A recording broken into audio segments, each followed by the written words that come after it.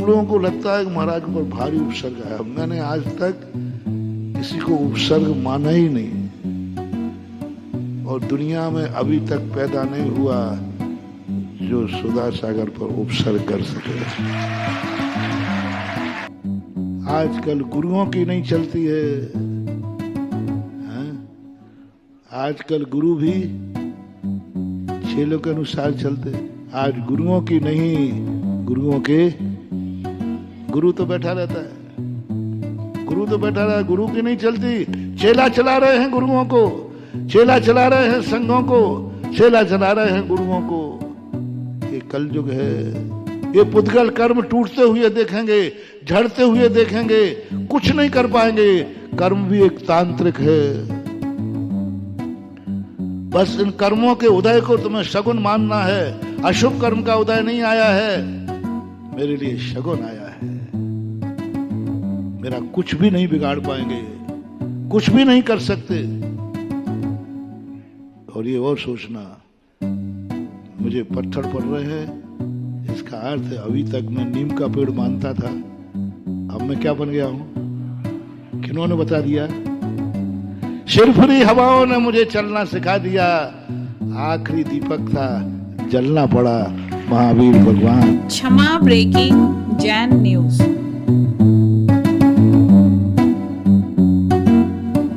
वर्तमान की अनुभूति पर भविष्य का महल खड़ा रहता है। अतीत के ऊपर नहीं, वर्तमान की अनुभूति पर भविष्य का महल खड़ा है। अतीत की अनुभूतियां तो हमारी निकृष्ट थी। अतीत में जब हमने पर का अनुभव किया, उसी का परिणाम तो आज भोग रहा। और इन्हीं में तो अपन को चलना है, क्योंकि जब जब हमने पर की तरफ देखा, अभी विनोद जी एक शायरी सुना रहे थे शौच के समय, सिर फिरी हवाओं ने मुझे संभलना सिखा दिया। मैं आखिरी अकेला दीपक था, मुझे जलना पड़ा। सिर फिरी हवाओं ने मुझे, मैं तो अपना घर समझ करके संभला ही नहीं था। मैं तो दुनिया को घर मान बैठा था। दुनिया मेरी है, मैं दुनिया का हूं, यही तो दुनिया है, सब कुछ मेरी है। मैं चला तो पैर से शायरी कुचल गई, मैं चला तो पैर से शायरी कुचल गई। मुझे मालूम नहीं था मेरे अलावा भी दुनिया है। मुझे मालूम नहीं था मेरे अलावा भी दुनिया है। हमने कुचल दिया विश्वास, और इस शिरफिरी हवाओं ने मुझे ऐसा कर दिया। प्रतिकूलता जब भी आए, तुम प्रतिकूलता का अनुभव मत करना। तुम उसमें प्रतिकूलता का अनुभव करोगे, प्रतिकूलता बढ़ेगी। दुख आए, अनुभूति दुख की नहीं करना। दुख तो आएगा, दुख तो आएगा, दुख की अनुभूति नहीं करना। दुख आते ही दुख की अनुभूति हो जाती है। इसी से असाता वेदनी कर्म का बंध बढ़ता है। असाता वेदनी के कर्म के बंध के कारण में कहा, दुख आने पर दुखी होगे, दुख बढ़ेगा। दुख आने पर तुम्हें दुखी नहीं होना है। दुख आने पर तुम उस दुख पे कुछ देखो ऐसा जो तुम्हें सुखी कर दे। कुछ देखो ऐसा दुख में जो तुम्हें सुखी कर दे। दुख देने वाली वस्तु में कोई ना कोई एक गुण ऐसा होता है जो हमें सुखी कर सकता है। दुख देने वाली, दुश्मन में कोई एक गुण होता है जो तुम्हारा हित करता है। संसार में आज तक कोई वस्तु ऐसी पैदा नहीं हुई जिसमें तुम्हारा हित न छुपा हो। अहित नहीं कह रहा हूं, हित न छुपा हो। मौत में भी हित छुपा है, कांटों में भी हित छुपा है। दुश्मन के अंदर सबसे बड़ा हित होता है। दुश्मन से ज्यादा हित करने वाला दुनिया में कोई नहीं होता। भगवान भी नहीं, गुरु भी नहीं, माँ बाप भी नहीं। संसार में सबसे ज्यादा हित करने वाला है कोई तो दुश्मन। इसलिए नीतिकारों ने कहा है, निंदक नीरे राखिए आंगन कुटी छवाए। कितनी बड़ी बात है। आप लोग अपने हितैषी को आंगन कुटी छपाए रखते हो। भाई रिश्तेदार आ रहे हैं, थोड़ा घर की सफाई कर लो। चलो कुछ अपने लोग आ रहे हैं, कुछ अच्छा कर लो। नहीं, आज दुश्मन आ रहा है, आंगन कुटी छवाए। निंदक नीरे नागे आंगन कुटी छवाए। क्या बड़ी गजब बात कही। जब मैंने शास्त्रों में देखा, मैंने कही क्या बात है कबीर जी, आपने निंदक में ऐसा क्या हित देख लिया कि उसके लिए आंगन कुटी छवाए की बात कर रहे हो। आंगन कुटी उसी को छवाई जाती है, स्वच्छ किया जाता है जो हमारा हित करे,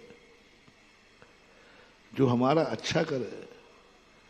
और वो अच्छा करने वाला आंगन कुटी छवाए।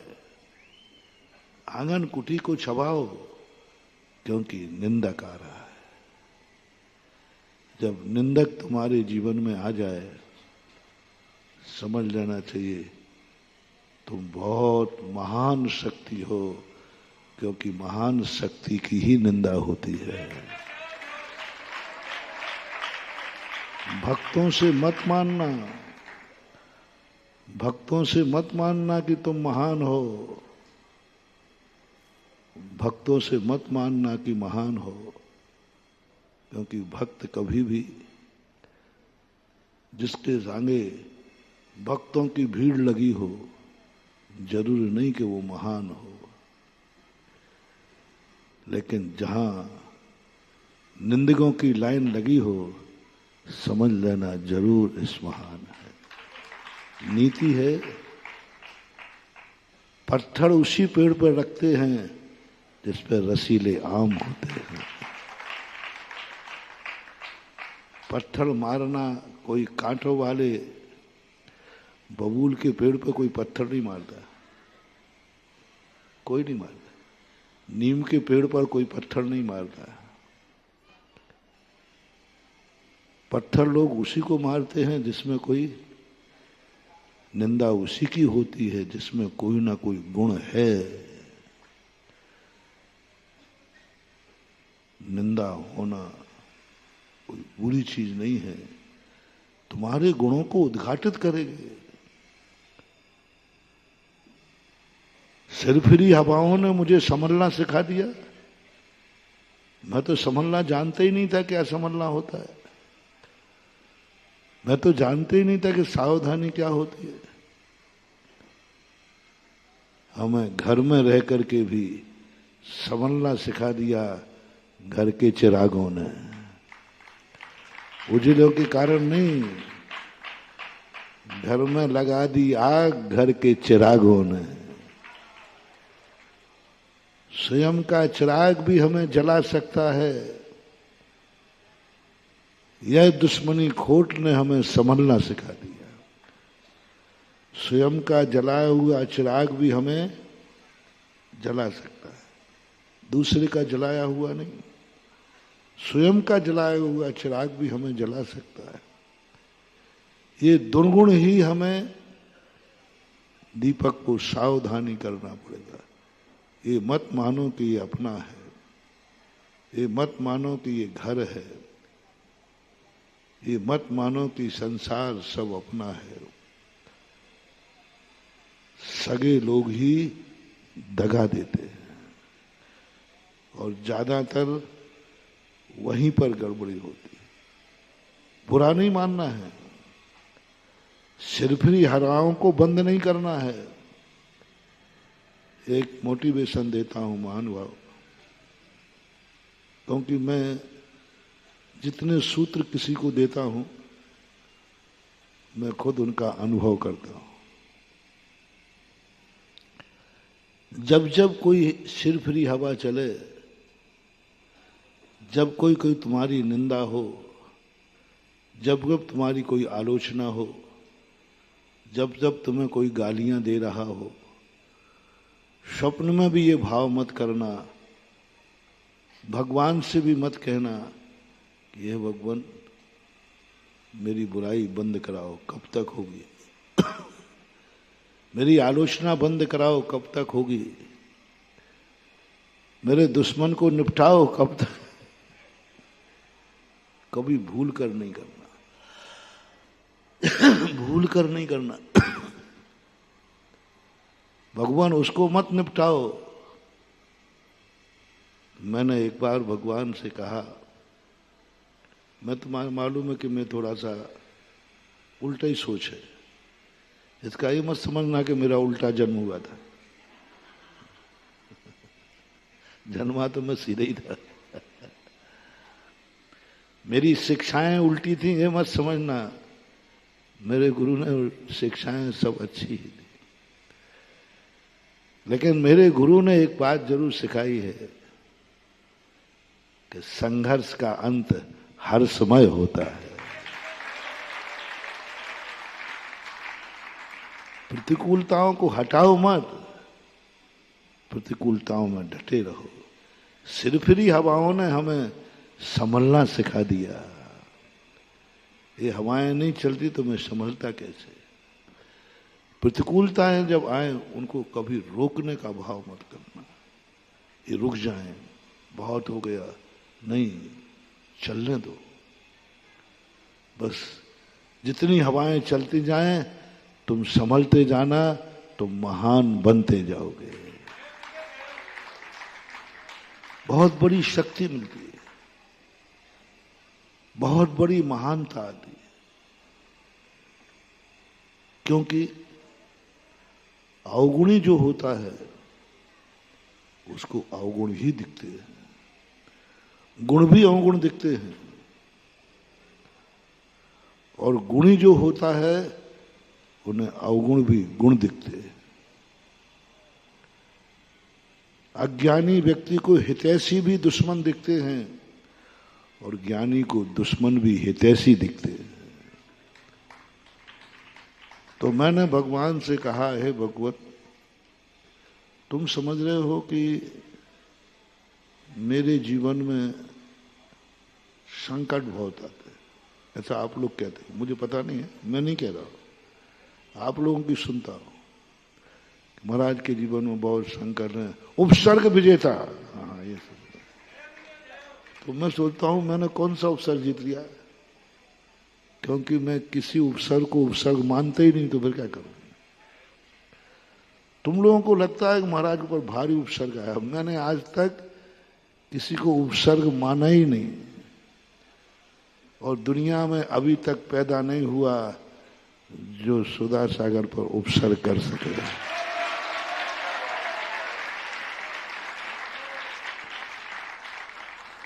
दुनिया में आज तक कोई पैदा नहीं हुआ जो दिगंबर मुनि पर उपसर्ग कर सके। उपसर्ग तो दुनिया कहती है, वो उपसर्ग मानते ही नहीं है, वे तो परमानंद में लीन हो जाते। पारसनाथ ने उपसर्ग माना ही नहीं, वो तो कहते मजा आ रहा है ध्यान में, वैसे 1 घंटे की सामयिक करता, 2 घंटे की करता, इसकी बदौलत में 8 दिन ध्यान में और बैठ गया तो कार्य हुआ, कहाँ हुआ?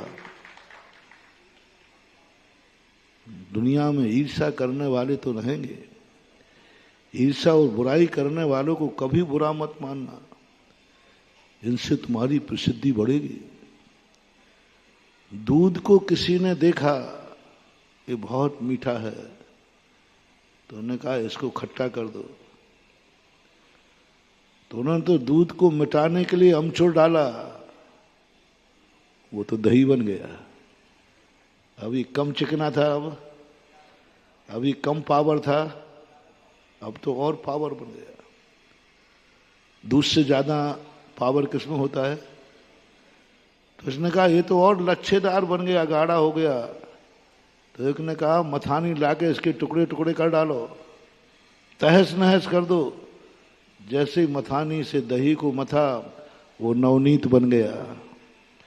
दही से क्या दही क्या बन गया? तो दही ज्यादा मजबूत है कि नवनीत? इसने कहा इसको ऐसा करो कि आग पर रख दो, जल जाए। जैसे ही आग पर रहा, नवनीत घी बन गया, अमर हो गया, असीम हो गया। सब ये प्रतिकूल। दूध की खटाई बिल्कुल प्रतिकूलता है। दूध और खटाई का क्या है? बैर है। लेकिन क्या कला है, खटाई ने उसको दही बना दिया। क्या कला है, किसी को टुकड़े टुकड़े करना, मिटाना है। क्या बला है, नवनीत बना दिया। अग्नि जलाकर राख करती है, क्या उपलब्धि है, चमत्कार। नवनीत अग्नि पर जल करके घी बन गया। इस दुनिया में हमें इस तरीके से जीना है। समय सार यही कला सिखा रहा है। तुम स्वयं में आ जाओ। तुम जहां आंख उठे तुम्हें स्वयं दिखे, पर दिखे ही नहीं। जिस चीज को दिखे तुम, उसमें वो दुश्मन में भी एक हित गुण दिखना चाहिए, जो तुम्हारा हित कर सके। दुश्मन हित कर सके, वो गुण दुश्मन में है, और वो हमें खोजना है। और जिस दिन हमने वो खोज लिया, दुश्मन आते ही ऐसा आनंद आएगा जैसे कोई सगा व्यक्ति आ रहा हो। गाली भी ऐसे लगेगी जैसे कोई पूजा कर रहा हो, स्तुति कर रहा हो, मेरा बखान कर रहा हो, मेरा गुणों से बहुत ऊपर उठा रहा हो। थोड़ा प्रतिकूलताओं में जीना सीखो। आनंद ही आनंद है, बहुत आनंद है। पारसनाथ, मैंने 24 तीर्थंकरों का जीवन देखा। सबका जीवन एक समान था। फिर ये पारसनाथ दुनिया में क्यों प्रसिद्ध हो गए? क्यों वो संकट मोचक बन गए? क्यों क्यों कहते हैं पारसनाथ को? कुछ नहीं महानुभाव। सब तीर्थंकरों की अपेक्षा सबसे ज्यादा संकट पारसनाथ पे आए हैं, इसलिए वो संकट मोचक बन गए। संकट मोचक वह नहीं है जो संकट दूर करता है। संकट मोचक वह है जो संकटों को सहन करता है और संकटों को संकट मानते ही नहीं। संकटों में भी एक हित देखता है, दुश्मन में भी एक हित देखता है। जो कबीर ने देखा, तो निंदक का एक बार निंदक सामने आते ही तो खुशी मना के देख। निंदक सामने आते ही अब मजा आएगा। निंदक आते ही मंगलाचरण मानो। अपन मंगलाचरण मानते हैं। महाराज जी आ गए, महाराज ने आशीर्वाद दे दिया, भगवान का आशीर्वाद दे दिया। चत्तारी मंगलम, अरहंत मंगलम, सिद्ध मंगलम, साहू मंगलम। एक मंगलों के बहुत लाभ उठा लिए। एक बार दुश्मन मंगलम, तो मजा आता है। मेरा तो सिद्धांत है ये। कोई भी मैं कार्य करता हूं तो मैं कहूँ मैं बहुत छोटा आदमी हूं, मेरा ज्ञान छोटा, मेरा ध्यान छोटा, मैं खुद ही छोटा हूं। तो डर लगता है किसी कार्य को आशीर्वाद देते समय, क्या पता ये सफल होगा कि नहीं होगा। भगवान का मुझे इतना भरोसा नहीं, क्योंकि वो डरे भीतर आ गई, उनको क्या लेना देना, मेरा क्या काम। तो अपन भगवान पर उतना भरोसा करते नहीं, गुरुओं पर भरोसा करते नहीं, क्योंकि गुरु तो बिल्कुल इतने उल्टे चलते हैं। मैंने चाणक्य को देख लिया, गुरु को। शिष्य संकट में पड़ा है, वो यूं खड़े हैं। बोले पिट रहा है बेटा, पिट रहा है, मैं देख रहा हूं। क्योंकि वो तो चाहते हैं कि जितने संकट शिष्य पे आएंगे मेरा शिष्य उतना ही महान बनेगा। इसलिए गुरु कभी फूलों पर चलने का रास्ता नहीं दिखाते, फूलों पर चलने का रास्ता नहीं सिखाते, वो कांटों पर चलने का रास्ता दिखाते हैं। कांटों पर कैसे चलना, भक्तों के बीच में रहना नहीं सिखाते हैं, दुश्मनों के बीच में कैसे रहना। इसलिए तुमने देखा होगा मेरा चतुर्मास ज्यादातर भक्तों के बीच में कम होता है। समझ गए होंगे। पता नहीं क्यों मुझे मजा आता है, जहां पता चला कि यहां दो चार दुश्मन बन गए, अच्छा मजा आएगा, सगुन है ना अपना।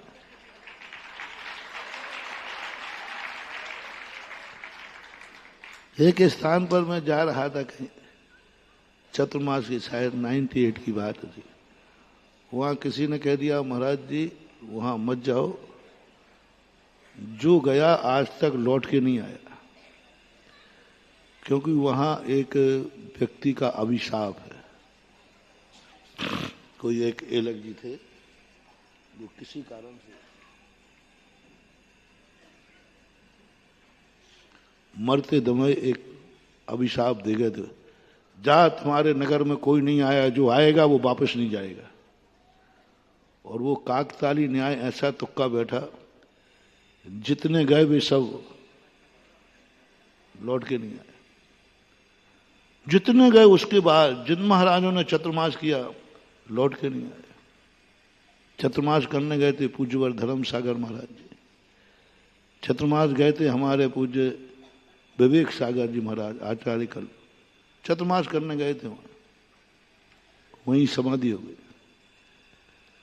और भी जितने गए सबकी समाधि।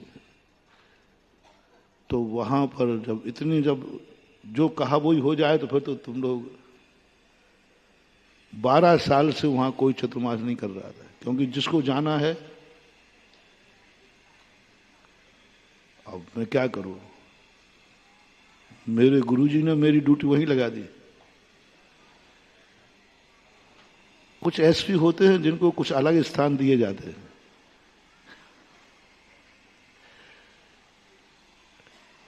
और मैंने कहा कि मैं चाहता तो आचार्य से कह सकता था, क्योंकि मेरे पास 10 दिन थे ओनली। आचार्य का दीक्षा दिवस मनाया था हमने केकड़ी में,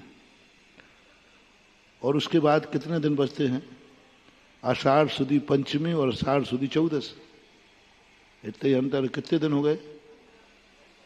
पंचमी को तो दीक्षा दिवस था, 10 ही दिन तो बचे।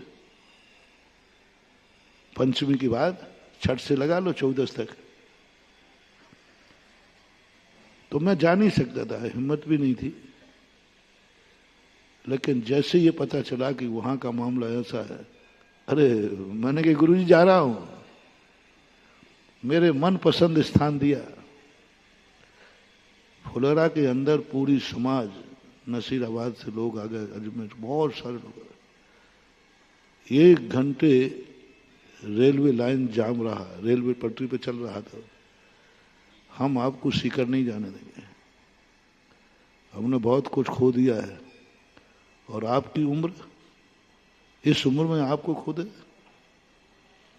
आपकी उम्र उसमें आपको खो दो। आप हमारे समाज की निधि है,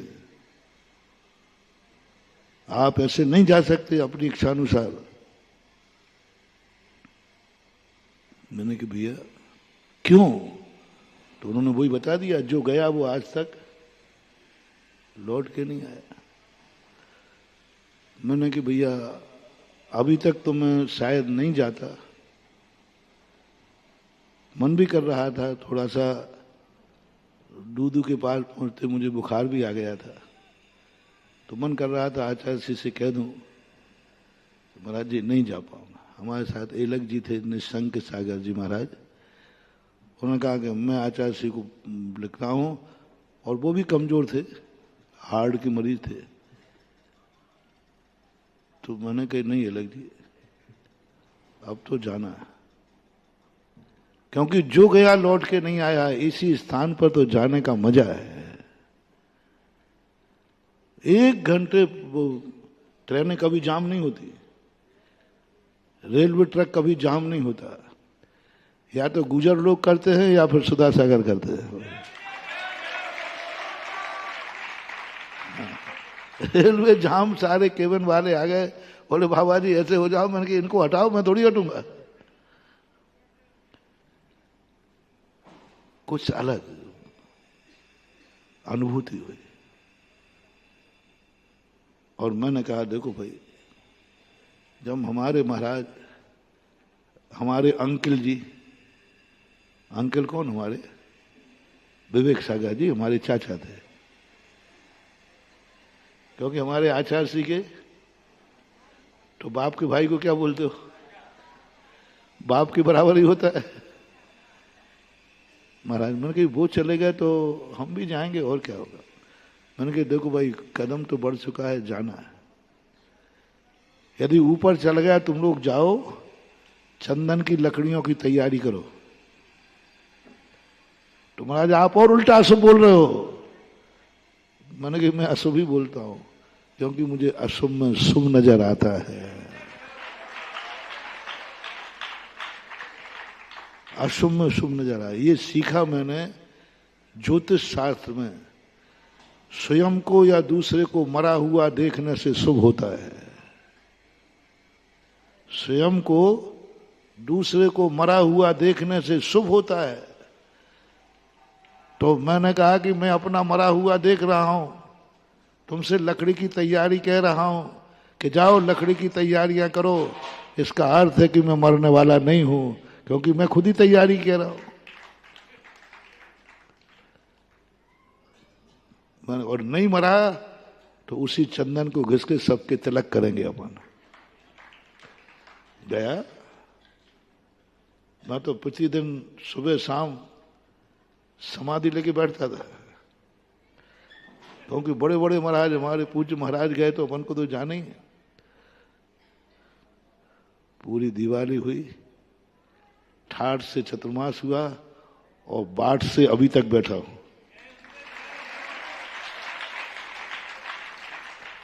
उसके बाद इतने चतुर्मास वहां हो गए, एक भी ऊपर नहीं गया। क्यों? कुछ शुभ देखो ना वहां पर, अशुभ क्यों देख रहे हो? कुछ देखो ना, हमारे महाराजों की समाधियां हुई हैं तो कुछ ना कुछ शुभ जरूर हुआ है। उस प्रतिकूलता में शुभ देखो, कोई शगुन है, कोई मांगलिकता है, कुछ ना कुछ है उसमें। बजरंगगढ़ के अंदर एक अशुभ घटना थी, 400 साल पुरानी। एक बाबा का अभिशाप था। एक ब्राह्मण देव आए, बोले महाराज जी यहां आपकी बोरिंग चल रही थी। उन्होंने कहा कि महाराज यहां पानी नहीं निकलेगा। 50 बोरिंग हो चुके हैं, सरकार फेल है। मैंने क्यों नहीं निकलता? बोले हाँ, एक बाबा का अभिशाप है। एक पनिहारन ने, उस बाबा ने पानी मांगा तो बाबा को पानी न पिला करके वो चली गई। तो उसने अभिशाप दिया, जा तेरे गांव में कहीं पानी नहीं निकलेगा। मैंने कहा बस बाबा का गुण देखो, उस अभिशाप में गुण देखो। एक प्यासे को पानी नहीं पिलाना ही अभिशाप है, और पानी तुम्हारे पास है। और एक प्यासा तड़प रहा है, तुम पानी नहीं पिलाना, इससे बड़ा अभिशाप क्या होगा? मैंने कि बस मैं मेरे बोरिंग से मुझे कोई लेना देना नहीं था। कमेटी कर रही थी, हमें क्या लेना, मुझे कोई पता भी नहीं था, कर रही थी। जैसे उस बाबा जी ने कहा, मैंने आशीर्वाद दिया भी नहीं था। मैंने कहा अब तो जरूर दूंगा। उनसे कहा मैंने कि बाबा जी, बोले कि अभिशाप था, कब तक चलेगा ये अभिशाप? और अभिशाप बाबा का नहीं था, यहाँ की महिला की बुराई का था। प्यासे ने पानी मांगा और तुम्हारे पास पानी है, तुम बिना पानी पिलाए चली गई।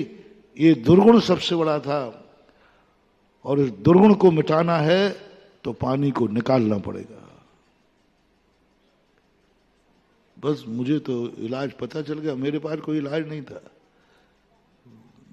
मैंने कहा अभी तक तो आशीर्वाद नहीं दिया, फिर मैंने कमेटी को लाया, मैंने कहा श्रीफल लाओ। श्रीफल लाकर शांतिनाथ भगवान से कहा, मैंने कि भगवान क्या बात है, आपके बैठे हुए पृथ्वी अभिशप्त रहे। एक महिला की भूल, मैंने साधु की भूल नहीं कहा,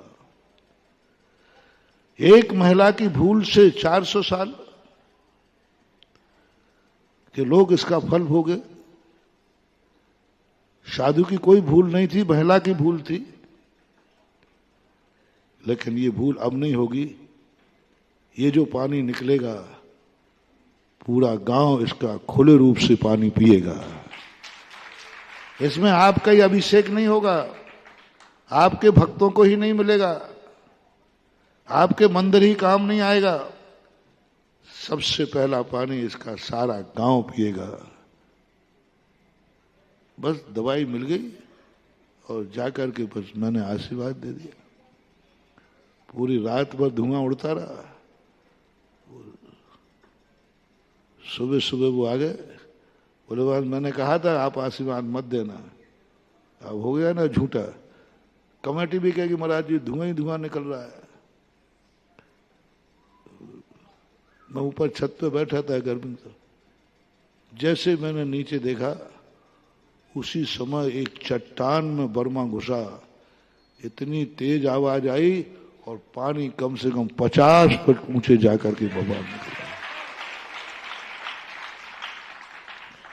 मैं वो बताना चाह रहा हूं, अशुभ में शुभ का दर्शन करो। बाबा जी के अभिशाप में शुभ दर्शन। बाबा जी का अभिशाप को ठीक किया उसने, अभिशाप ठीक दिया उसने, ठीक दिया। बाबा उसको अभिशाप मत करो। उसने सबक दिया कि प्यासे को पानी नहीं पिलाओगे, पानी प्यासे के लिए होता है और तुम्हारे पास पानी है। बस उसको हमने सगुन मान लिया। मेरा चमत्कार मत समझना, अशुभ को शुभ में चमत्कार को बदल दो। हर अशुभ में देखो कोई ना कोई अच्छाई होने वाली है। और मैंने प्रैक्टिकल किया। जब जब कोई संकट आया, जब जब मेरी कोई बुराई हुई, उसके बाद मेरी प्रसिद्धि डबल हुई। भक्त लोग तो मेरी प्रसिद्धि करते नहीं, ये तो बस जाओ महाराज जी नमोस्तु, बाबा जी नमोस्तु, बस ठीक ठाक हो, हाँ ठीक ठाक है, नमोस्तु महाराज। लेकिन दुश्मन क्या दुनिया में भेजता है। मेरे प्रवचन सबसे ज्यादा कौन सुनते हैं? तुम लोग नहीं सुनते। मेरे भक्त होगा तो नियम से मेरे प्रवचन में जरूर सो रहा होगा। जो मेरे प्रवचन में सो रहा है समझ लेना ये मेरा पक्का भक्त है।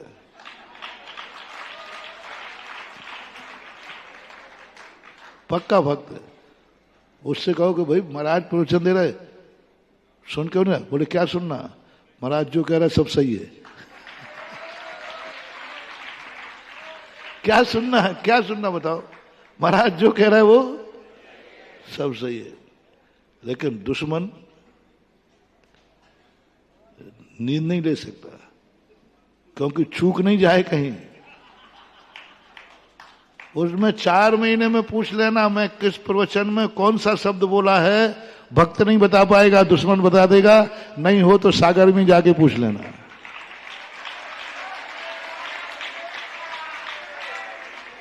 भक्त नहीं बता पाएगा। भक्त कहेगा मुझे पता नहीं महाराज ने क्या कहा था। अब महाराज ने क्या कहा था अपन चलो महाराज से ही पूछते हैं। लेकिन दुश्मन जरूर होगा, मैंने कौन से प्रवचन में कब कौन सा शब्द बोला है, वो शब्द उसको बता देगा। फलानी तारीख में फलाने प्रवचन में इतना प्रवचन देने के बाद महाराज ने ये शब्द बोला था। कितना सगुन है। उन प्रवचनों में दम होती है रे जिनको दुश्मन मन लगा के सुनते हैं।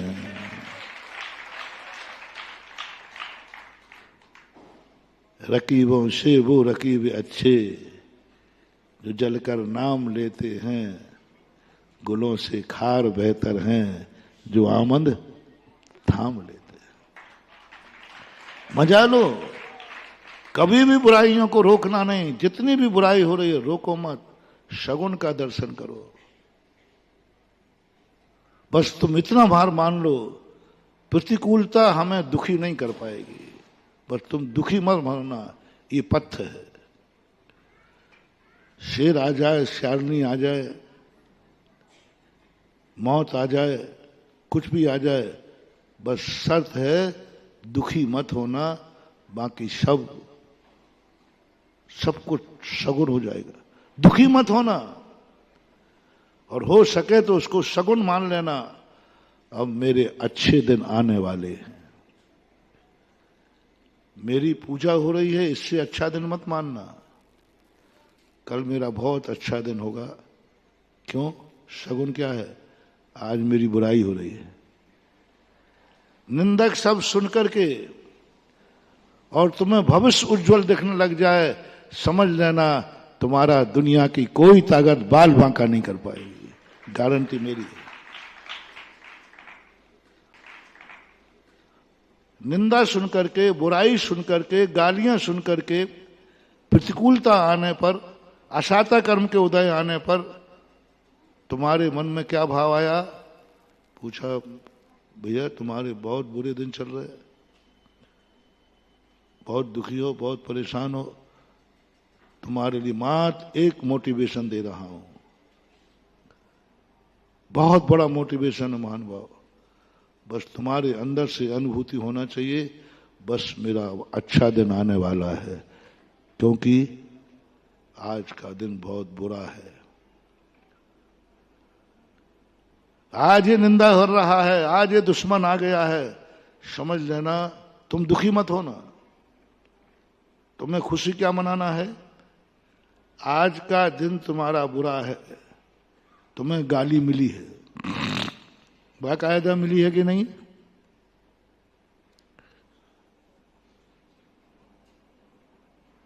मिलती है। बद्दुआ मिली है, कोई तुम्हारी बुराई कर रहा है, वो तो है, शगुन बता रहा हूं। उस समय तुम्हारे मन में ये भाव आ जाए, अब मेरा अच्छा होने वाला है, बस हो गया शगुन। और इससे उल्टा कह रहा हूं, ये मेरे पहाड़, दुख का पहाड़ टूटा, अब मेरा बुरा हो जाएगा। ये मुझे गालियां दे रहा है, मेरी बदनामी हो जाएगी। ये मेरी निंदा कर रहा है, मेरी बदनामी हो जाएगी। इसने ऐसा कर दिया, मेरी इज्जत धूल में मिल गई। इसने मेरा अपमान किया है, मेरी इज्जत धूल में मिल गई। इसने गाली दी है, मेरी निंदा की है। मालूम मैं बहुत इज्जत वाला साफ सुथरा आदमी हूं, और ये मेरी निंदा कर रहा है। मैं साफ सुथरा आदमी हूं, मैंने आज तक कभी ऐसा गलत कार्य किया ही नहीं, और ये निंदा कर रहा है, मुझे बदनाम कर रहा है। तुम्हारा बुरा दिन आने वाला है, जैसा कहा है वैसे तुम बनोगे, पक्का है। दुश्मन की गाली कभी खाली नहीं जाती, क्योंकि वो मन लगा के देता है। दुश्मन की गाली कभी खाली नहीं जाती, क्योंकि वो, दुश्मन की बद्दुआ खाली नहीं जाती, क्योंकि वो पूरी ताकत लगा के देता है। मन से, वचन से, काया से भगवान को याद करे, हे भगवान, भगवान ये मूठ फेंक रहा हूं, हे भगवान।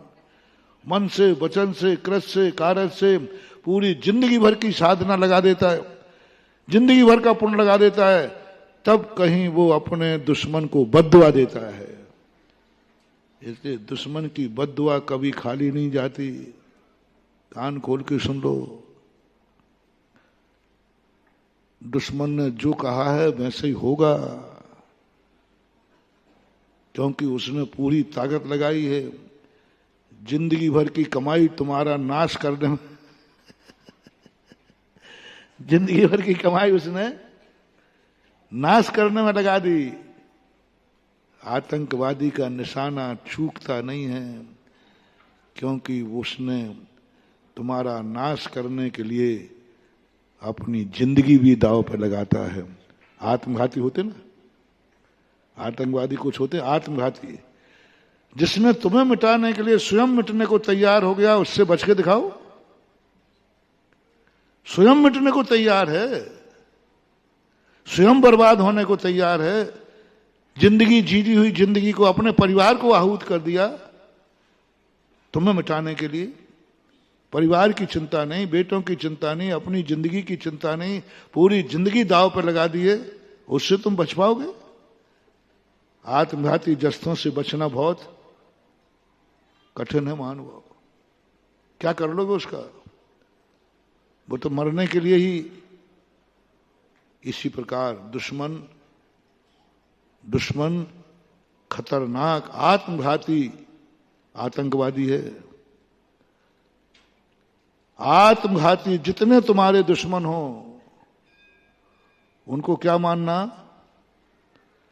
आत्मघाती आतंकवादी है। बच के दिखाओ, बच के दिखाओ। तुम पकड़ोगे, वो पकड़ने वाले को निपटा देगा। उनको दे दी, यदि तुम्हें पुलिस पकड़ ले तो तुम वहीं फोड़ देना, वो पकड़ने वाला भी जाएगा और तुम भी जाएगा। वो पकड़े नहीं जाता। आतंकवादी बहुत कम पकड़े जाते, ज्यादातर वो जहर रखे स्वयं मर जाते, लेकिन वो पकड़ में नहीं आएंगे। ऐसे ये दुश्मन है, जितने भी तुम्हारे दुश्मन हो, चाहे कर्म हो चाहे नौ कर्म, तुम्हारे कर्म भी हो, तुम्हारी किस्मत भी हो, तुम्हारा दुश्मन भी हो, इनके बार कभी खाली नहीं जाते। इनकी बद्दुआएं कभी तुम्हें कोई उपाय नहीं मानवा, क्योंकि तुमने जितना धर्म का नाम लिया है इतनी एकाग्रता से नहीं लिया जितना दुश्मन ने लिया है। दुश्मन ने कहा, प्रभु जिंदगी भर की सारी कमाई रावण ने क्या दांव पर लगा दिया? जिंदगी भर की सारी कमाई जो मैंने जन्म जन्म से की है, जितना मैंने पुण्य कमाया है, अंत में दांव पर लगाता है। बस दुश्मन को निपटाना है। रामचंद्र जी को पसीना आ गया, पसीना आ गया। आपको भी आएगा तो मोटिवेशन लेना। दुश्मन का बार कभी खाली, क्योंकि वो पूरी ताकत लगा के करता है। उसकी गाली कभी खाली नहीं जाएगी, उसकी निंदा कभी खाली नहीं जाएगी, उसने बद्दुआ दिया है कभी खाली नहीं जाएगी। यदि तुमने एक्सेप्ट कर लिया तो, शर्त लगा रहा हूं, एक्सेप्ट कर लिया, ये कह रहा तेरा नाश हो जाए, तुमने कहा ये तंत्र है। और ये और देख लेना, दुश्मन की हर हरकत मंत्र नहीं है, यंत्र नहीं है, तंत्र है। तंत्र कहलाता है, तंत्र विद्या में आता है। और तंत्र विद्या का एक ही हुसूल है, तुमने स्वीकार कर लिया तो फंस गए, और नहीं स्वीकारा तो बच गए। और तुमने जैसे कहा इसने मुझे गाली दी, मेरी बेइज्जती कर दी, मेरी इज्जत धूल मिला दी, गए। अब तुमने जो गाली दी है ना, तुम्हारे जीवन में वैसे ही हो गई। उसने तुम्हारी इज्जत उतारी है ना, और तुम्हें मन में आ गया इसने मेरी इज्जत उतार दी, अब तुम्हारी इज्जत उतरेगी, कहीं ना कहीं उतरेगी। कोई ना कोई ऐसा कर्म का उदय आएगा जहां तुम्हें शर्मिंदा होना पड़ेगा, क्योंकि दुश्मन ने तुम्हारी इज्जत खराब की। मैं एक मंत्र दे रहा हूं, नजर तारने का कोई मंत्र नहीं होता। उठार की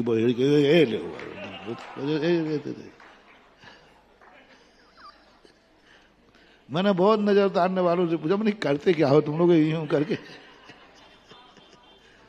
जो चाहे मिर्ची लाता है,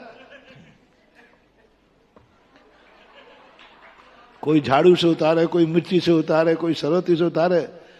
मैंने कहा वो मंत्र बताओ कौन से शास्त्र में लिखा है नजर उतारने वाला मंत्र। मंत्र बहुत मिले लेकिन नजर उतारने है ही नहीं मंत्र। ऐसे ही दुश्मन की बद्दुआ तांत्रिक होती है। जितनी बुरी बद्दुआएं होती हैं मंत्र के अंतर्गत नहीं आती। तंत्र दो प्रकार का है, एक अच्छा और एक बुरा। मंत्र नहीं। मंत्र सब अच्छे ही होते हैं लेकिन तंत्र बुरा होता है। दुश्मन जब तंत्र करता है, तंत्र ही कर सकता है, दुश्मन कभी मंत्र का प्रयोग नहीं कर सकता, ये गांठ में बांध लेना। दुश्मन कभी मंत्र का प्रयोग करेगा, प्रयोग करने साथ ही वो मर जाएगा।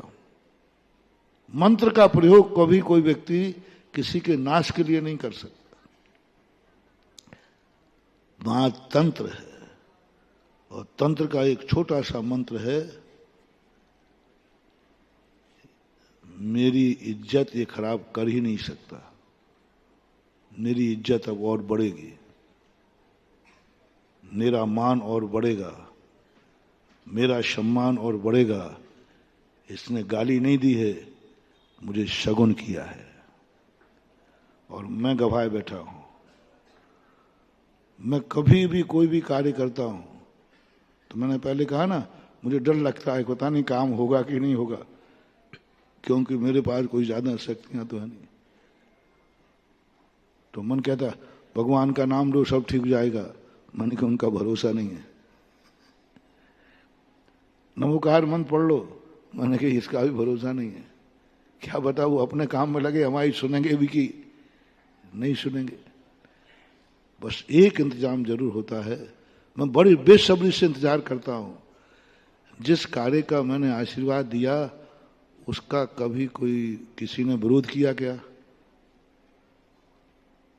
यदि मेरे किसी कार्य का विरोध नहीं हुआ हो तो महानुभाव मैं कह रहा हूं वह कार्य सफल होने में संदेह है। और यदि किसी ने भी विरोध कर दिया हो, पक्का 100% गारंटी देता हूं उस कार्य में सफलता 100% है। तुम समझते हो मेरे कार्य का विरोध हो रहा है, मूर्खो, मेरे कार्य का मंगलाचरण हो रहा है, सगुन सफलता का प्रतीक है। अरे महाराज जी आपने वो आज उसका विरोध हो रहा है। अरे मैंने कि विरोध नहीं हो रहा है, मंगलाचरण हो रहा है। अब तो वो कार्य होना ही है। जहां किसी ने रोक दिया अब तो जाना ही है। सगुन है ना, रोक नहीं सगुन है। आइए साहब, ऐसा आता है, कोई कहे साहब यदि तुम कहीं जा रहे हो और कोई आइए साहब, तो इस सगुन माना जाता है। और मेरा सगुन क्या है? किसी ने कहा साहब यहां नहीं आना, और मैंने कहा हो गया सगुन, जाना तो वही है। सगुन की दृष्टि देखो। इसलिए भगवान से मैंने एक बार कविता लिखी, हे भगवान तुम मेरे राह जितने कांटे मेरे जिंदगी में आ रहे हैं ना, ये मेरी फरमाइश है। जिंदगी का लबादा इतना फट चुका है कि अब पैबंद ही नुमाइश हो गई है जिंदगी। पैमाइश ही क्या हो गई? पैबंद की नुमाइश हो गई है जिंदगी। मैंने कहा नहीं भगवान, तुम मेरे रास्ते के कांटे दूर कर दोगे तो मैं नाराज हो जाऊंगा। दुनिया भगवान से डरती है, भगवान नाराज नहीं होना, हो जाना। और मेरी दादागिरी देखो, मुझे भगवान की नाराजगी का डर नहीं है। मैं कह रहा हूं भगवान मैं तुमसे नाराज हो जाऊंगा, तुम मेरे रास्ते के कांटे दूर मत कर देना, अन्यथा मैं नाराज हो जाऊंगा। है तुम्हारी ताकत इतनी मेरे रास्ते के? इसलिए मेरे रास्ते में कांटे ज्यादा क्यों आते हैं? क्योंकि मुझे वरदान लिया है हमने भगवान से। भगवान से वरदान मांगा है, महाराज आप इतनी तपस्या करते हो, आप तो भगवान भक्तांबर भी आटा हो, तो आपके कोई भगवान कांटे दूर क्यों नहीं करता? मैंने कहा पागल है, वो कर ही नहीं सकता, मैं नाराज हो जाऊंगा। जो जो मेरे रास्ते के कांटे दूर करेगा मैं नाराज हो जाऊंगा, भगवान से भी। तो फिर तू मेरे पास आता क्यों? दुनिया तो मेरे पास इसलिए आती है कि मेरे कांटे दूर हो जाएं। भगवान मैं आपसे, ओहो क्या भाव आया उस दिन, सुनो। हे भगवान, मैं उतना उत्कृष्ट नहीं हूं कि तुम जिस रास्ते पे चलो उस रास्ते के कांटे दूर कर दो। तुम जिस रास्ते पे चलो उस रास्ते पर मैं झाड़ू लगा दूं। इतना उत्कृष्ट तो मैं नहीं हूं, लेकिन इतना निकृष्ट भी नहीं हूं कि मैं चलूं उस रास्ते पर झाड़ू तुझसे लगवा लूं। मैं उतना उत्कृष्ट तो नहीं हूं कि तेरे रास्ते के कांटे दूर कर दूं, लेकिन इतना निकृष्ट भी नहीं हूं कि मैं अपने रास्ते के कांटे तुझसे दूर करा लूं। भगवान के रास्ते पे झाड़ू लगाना तो बात बनती है, और भगवान से अपने रास्ते पे झाड़ू लगवाना क्या है बताओ? बोलो भाई, भगवान से अपने रास्ते पे झाड़ू लगवाना, भगवान को बॉडीगार्ड बनाना। हो सके तो जन्म जन्म तक मैं भगवान का बॉडीगार्ड बनने को तैयार हूं, लेकिन मरते मर जाऊंगा, लेकिन मैं भगवान को अपना बॉडीगार्ड नहीं बनाऊंगा। मैं इतना उत्कृष्ट नहीं हूं प्रभु कि मैं तेरा बॉडीगार्ड बन सकूं, लेकिन इतना निकृष्ट भी नहीं हूं कि मैं तुझे बॉडीगार्ड बना लूं। बॉडीगार्ड बड़ा होता है कि जिसके बॉडीगार्ड होते हैं वो बड़ा होता है? हम भगवान को बॉडीगार्ड बना रहे हैं। भगवान मेरी रक्षक है। रक्षक कौन? तू मालिक है, वो रक्षक है।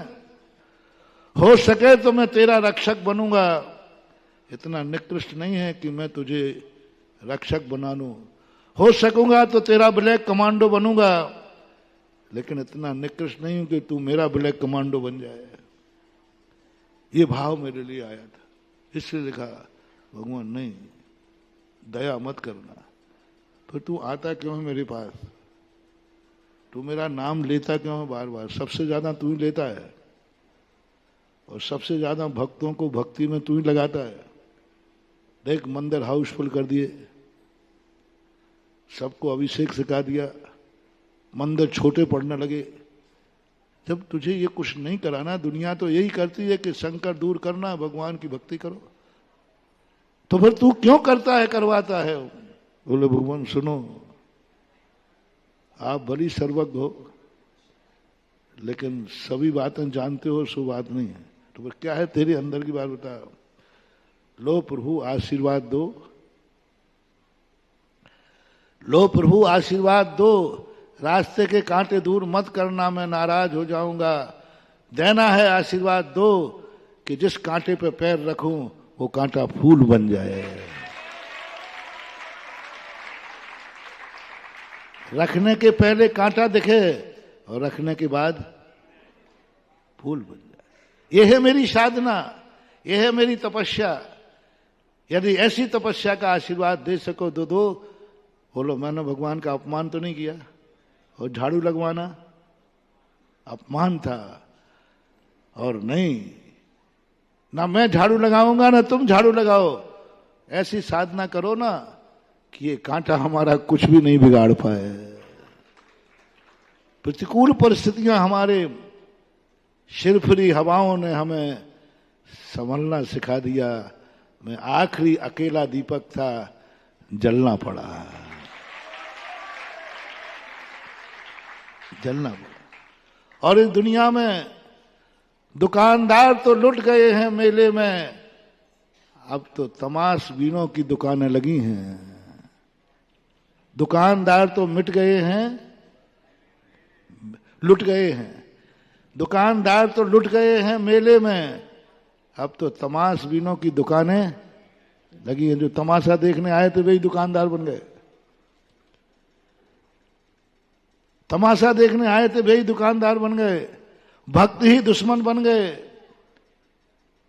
भक्त ही दुश्मन बन गए। अब तो तमाशबीनों की मेले में दुकानें हैं, दुकानदार तो मेले में लुट गए। पंचम काल है, जो सही दुकानदार थे वे तो चले गए, अब तो तमाशबीनों की, अब भगवानों की नहीं चलती है। अब घरों में बाप की नहीं चलती, बेटा की चलती है। अब घरों में सासू की नहीं, बहू की चलती है। अब गुरुओं की नहीं चलती है, चेलों की चलती है। अब भगवान की नहीं चलती, भक्तों की चलती है। दुकानदार तो लुट गए मेले में, अब तो तमाशबीनों की दुकानें लगी है। भगवान की नहीं चलती आज इस कल युग में। किसकी चलती है? भक्त जैसा चाहे वैसी दादागिरी करता है। भगवान की पूजा जैसी चाहे वैसा करे। हमारा मंदिर देखें, भगवान क्या कर लेगा। आजकल गुरुओं की नहीं चलती है, हैं? आजकल गुरु भी चेलों के अनुसार चलते हैं। आज जेल में जेलरों की नहीं चलती, जेलियों की चलती है। हाँ, एक जेलर कहते महाराज ये बहुत खतरनाक है जेली। सारे जेलियों ने मिलकर एक जेलर को आग लगा दी। और एक दिन वो था जब जेलर निकल जाता तो जेली कांप जाते थे। और आज जेलियों से जेलर कांप रहा है। दोनों टाइम पूछना पड़ता है, हे जेली बंधुओं कोई कष्ट तो नहीं? क्योंकि जेलियों ने शिकायत कर दी मानव अधिकार में तो नौकरी पर आफत हो जाएगी। आज जेलर की नहीं, जेलियों की चलती है। आज गुरुओं की नहीं, गुरुओं के गुरु तो बैठा रहता है। गुरु तो बैठा रहा है, गुरु की नहीं चलती। चेला चला रहे हैं गुरुओं को, चेला चला रहे हैं संघों को, चेला चला रहे हैं गुरुओं को। ये कलयुग है। आज शॉपिंग करने के लिए श्रीमान की नहीं चलती है। नहीं कुछ गलत, मैं कुछ गलत तो नहीं बोल गया? नहीं बोल गया हूं तो शाम को प्रश्न कर लेना, मैं आई एम सॉरी प्लीज कह दूंगा। क्योंकि मुझे अनुभव नहीं है। शॉपिंग करने जाते हैं तो श्रीमान तो यूं खड़ा रहता है। सारा माल का लेन देन कौन करती है? आज शॉपिंग में पति की नहीं, श्रीमती की चलती है। आज घर में सासू की नहीं, बहू की चलती है। आज घर में पिता की नहीं, बेटों की चलती है। बस यही विनाश का समय है। 2 दिन समय हो गया। 2 दिन पहले का प्रवचन याद करो। जब बड़े छोटों की इच्छाओं के अनुसार चलने लग जाएं, समझ लेना उसी का नाम है धृष्ट राज। जब पिता बेटे के अनुसार चलना पड़े और बेटा बाप को अपने अनुसार चलावे, इसी का नाम, बेटा बाप को अपने अनुसार चलावे इसी का नाम दुर्योधन है। और बाप बेटे के अनुसार चले इसी का नाम धृष्टराज है। जिस घर में बहू की चले सासू की न चले, समझ लेना यही गंधारी का घर, कौरवों का घर है। किसकी चल रही है? किसकी चल रही है? गंधारी की नहीं। किसकी चल रही है? धृतराज की नहीं। किसकी चल रही है? ताजश्री की नहीं। किसकी चल रही? विदुर की नहीं। किसकी चल रही है? दुर्योधन की, युवराज की चल रही। राजा युवराज के अनुसार चल रहा है। समझ लेना मिटने का दिन आ गया। मोटिवेशन, जब जब बड़े लोगों से मेरा कहना है, जब जब घर में तुम्हें छोटों की बात मानना पड़े, उनकी इच्छा पूरी करना पड़े, समझ लेना, तैयारी कर लेना, तुम्हारे मिटने के दिन आ गए। और जब जब छोटे बड़ों से अपनी इच्छाएं पूरी कराने की सोचने लगें, समझ लेना दुर्योधन बनकर उसका नाश होने वाला है। ये बहुत बड़ा मोटिवेशन।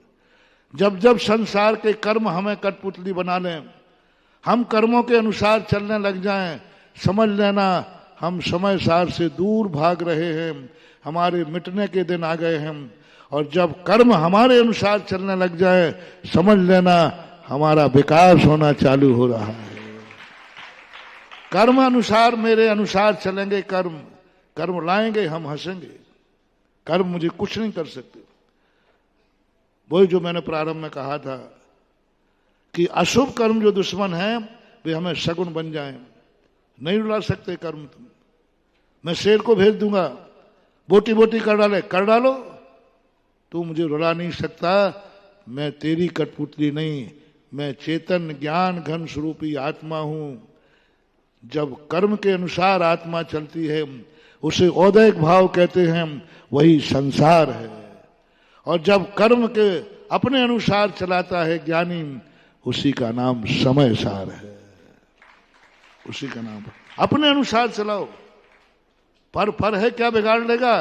पर को भी मेरे अनुसार चलना होगा, कर्म भी मेरे अनुसार चलना होगा। इसलिए कर्म की कभी फीलिंग मत करना।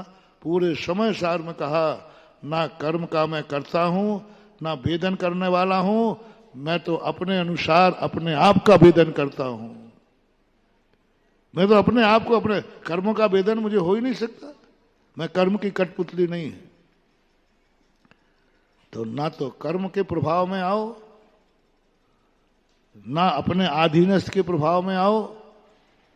हो सके बेटों से कहकर और बाप से कहकर खत्म करता हूं, हो सके तो बेटे से कहना है बाप की इच्छा पूरी करने के लिए समर्पित हो जाना। बाप से मेरा कहना है बेटे की इच्छा तो पूरी कभी करना ही नहीं, हो सके तो बेटे से अपनी इच्छाएं पूरी करा लेना। तो महाराज जी, हम क्या पापा की इच्छाएं पूरी करने के लिए पैदा हुए? मूर्ख। पिता कभी अपनी इच्छा पूरी नहीं कराता। पिता की इच्छा यही होती है कि इसका कल्याण हो, यही इच्छा होती है।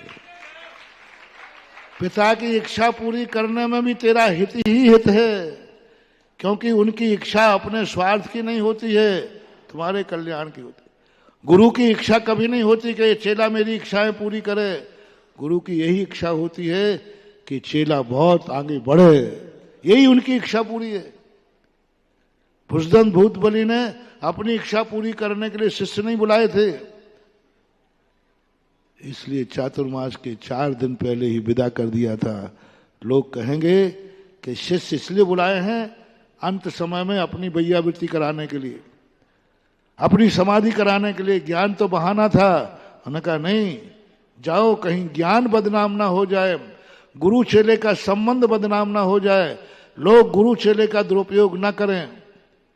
इसलिए धरसेन स्वामी 4 दिन पहले शिष्यों को सारा ज्ञान देने के बाद बिहार करा दिया, मां धर्म की रक्षा करने के लिए। कहीं लोग ये ना समझ लें गुरु कभी चेले को अपनी सेवा के लिए, यदि कोई चेला बनाता है वो गुरु भी धृष्टराज है।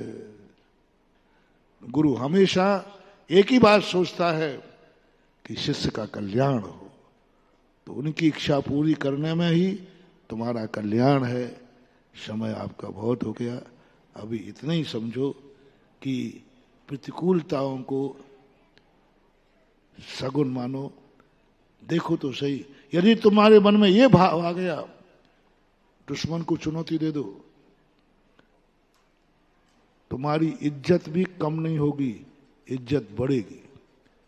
दुश्मन को चुनौती दे दो, तुम दुख मत मनाना, वो तुम्हारा बाल बांका नहीं कर पाएगा, क्योंकि तांत्रिकों की ताकत ज्यादा नहीं होती है। तांत्रिकों की ताकत ज्यादा नहीं होती। नींबू मिर्ची फेंक गए, तुम डर गए। नींबू मिर्ची कोई फेंक जाए ना, तुम घबरा रहे हो, महाराज जी कोई मेरी दुकान पे क्या फेंक गया, बस गए काम से, तुम गए। अब तो तुम्हारी दुकान बर्बाद होनी है, क्योंकि दुश्मन की बद्दुआ कभी, वो यही फेंका ही था इसने, अब तो बर्बाद होगी। एक छोटा सा तरीका है, देखो, एक बहुत छोटा सा तरीका है, अब तो बर्बाद हो, क्योंकि तुमने एक्सेप्ट कर लिया ना।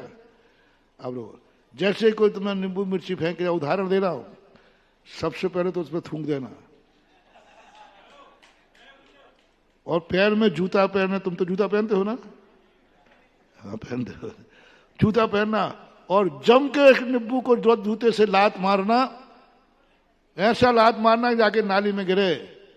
मैं गारंटी दे रहा हूं, ये तुम कर लो, कितना ही बड़ा तांत्रिक हो, तुम्हारा बाल बांका नहीं कर पाएगा, वो खुद बर्बाद हो जाएगा। इतना सा बस है और कुछ नहीं है। उसको थूक दो, क्या करेगा तू? जो तूने मुझे विनाश करने को भेजा है वो मेरा थूक दान है। थूक दो उस पर, एक लात मारो जम के जूता पहन करके। जिसने तुम्हें, यदि तुम्हें पता हो कि फलाने तांत्रिक ने किया, सुबह फोन करके पूछना, क्यों भाई क्या है, रात में ठीक ठाक गुजरी? समय नहीं है, नहीं तो ये उदाहरण ही बताता। एक बार एक तांत्रिक ने तांत्र किया पंच कल्याण के समय, बहुत हड्डी, उल्लू के पैर वगैरह, वो बेदी के पीछे गाड़ गया और किसी महाराज ने कराया था। और किसी ने बताया, महाराज वो मैं शाम को सामायिक बैठने वाला था, अब मैं वहां तक जा नहीं सकता था, रात हो गई। मैंने एक भक्त को तैयार किया, कई भक्त तो डर गए, अरे महाराज मैं नहीं करूंगा। मैंने एक भक्त को जूते पहना, मैं जूते पहन के जा, पहले तो जहां वो गाड़ा वहां थूकना, और हो सके तो उसी पे करना सुसु, पोटी की नहीं गई उनको, वो तो हाँ, वो भी हो तो कोई बात नहीं, चलेगा। तो मैंने वो कहता मैंने सुसु कर, मैं कह रहा हूं ना, और उसने जाके वही किया और वहां के हटा करके, और मैंने कहा ऐसी लात मारना, जैसी लात मारी उसमें, उधर जिन्होंने कराया था उनको खूनी दस्त शुरू हुआ, और दस्त करते करते रात में भागे, 20 किलोमीटर जाके रुके, रास्ते में खून टपकता गया। सवेरे मैंने पूछा, क्यों भाई क्या हाल चाल है? क्या खूनी दस्त, अटैक कर दिया उसने। क्योंकि तंत्र कभी अपमान सहन नहीं करता। यदि उसको सम्मान नहीं मिला तो जिसने तंत्र किया है वो उसका नाश कर देगा। और वो कहता है तुमने मेरा अपमान कराया है, मैं तुम्हें मिटा के रहूंगा। ये सुन रहे हो ना, तांत्रिक दुश्मन तांत्रिक होता है, दुश्मन की दुआ खाली नहीं जाती, लेकिन दुश्मन की दुआ यदि तुम्हारा, और तुम उसको दुआ से डरोगे नहीं तो वो तुम्हारा कुछ नहीं बिगाड़ जाएगी। थोड़े देर रुकना, तुम दुश्मन को मिटते हुए देखोगे, बर्बाद होते हुए देखोगे। ये पुद्गल कर्म टूटते हुए देखेंगे, झड़ते हुए देखेंगे, कुछ नहीं कर पाएंगे। कर्म भी एक तांत्रिक है। बस इन कर्मों के उदय को तुम्हें शगुन मानना है। अशुभ कर्म का उदय नहीं आया है, मेरे लिए शगुन आया है। मेरा कुछ भी नहीं बिगाड़ पाएंगे, कुछ भी नहीं कर सकते। और ये और सोचना, मुझे पत्थर पड़ रहे हैं, इसका अर्थ है अभी तक मैं नीम का पेड़ मानता था, अब मैं क्या बन गया हूं? किन्होंने बता दिया? शिरफुरी हवाओं ने मुझे चलना सिखा दिया। आखिरी दीपक था, जलना पड़ा महावीर भगवान की। बोलो तीर चक्रवर्ती जगत पूज्य निर्यापक श्रवण मुनिवर श्री सुधा सागर जी महामुनिराज की। बंधु हमारे बीच चंद्र तीर्थेत चांदखेड़ी से ले। कल एक बालक ने, कौन थे, जिन्होंने गोमर सार को तैयार करने का नियम लिया था, एक छात्रावास में तैयार हुआ था बालक, कौन? सम्यक नाम है। आओ बेटा ये ले जाओ। आरिकाओं ने कहा है उनको भी ये ग्रंथ मिलना चाहिए। 2 बेटे थे, एक और था ना। दोनों आ जाओ। करो हमारे गुरुजी जिस संस्थान पे हमारे गुरु को गर्व था, उस संस्थान पर अपन सब मिलकर गुरु के गर्व को और ऊंचा उठाते हैं। जिस गुरु ने उम्मीद की थी, आप बालकों को, बालिकाओं को आशीर्वाद दिया था कि आगे सिद्धांत ग्रंथ पढ़ना, तो अपन आचार्य श्री की गुरु की आज्ञा को पूरी करने के लिए अब अपन संकल्प न बदलते हैं, विकल्प को